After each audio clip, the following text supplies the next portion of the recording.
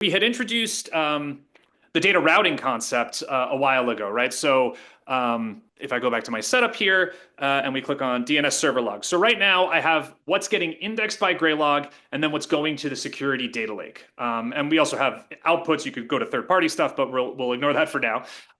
The index set right now has a rule on it, which is going to filter out.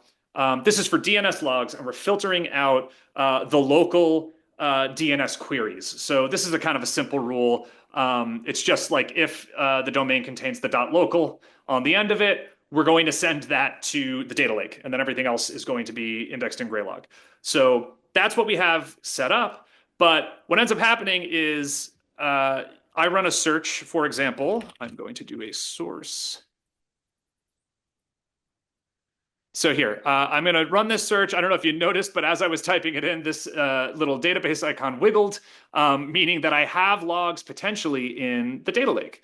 And so what I can do is I can head over there and preview those logs. And I can also filter these a little bit. It's a little limited only because of how the data is stored in the data lake, but we do have kind of the most important fields ready to go so that you can do a search on it. And then and this data you said earlier, Rich, this data is data you've chosen not to index in the Graylog on your license. So that's correct. So this is data you haven't included in your license, so you can still search it.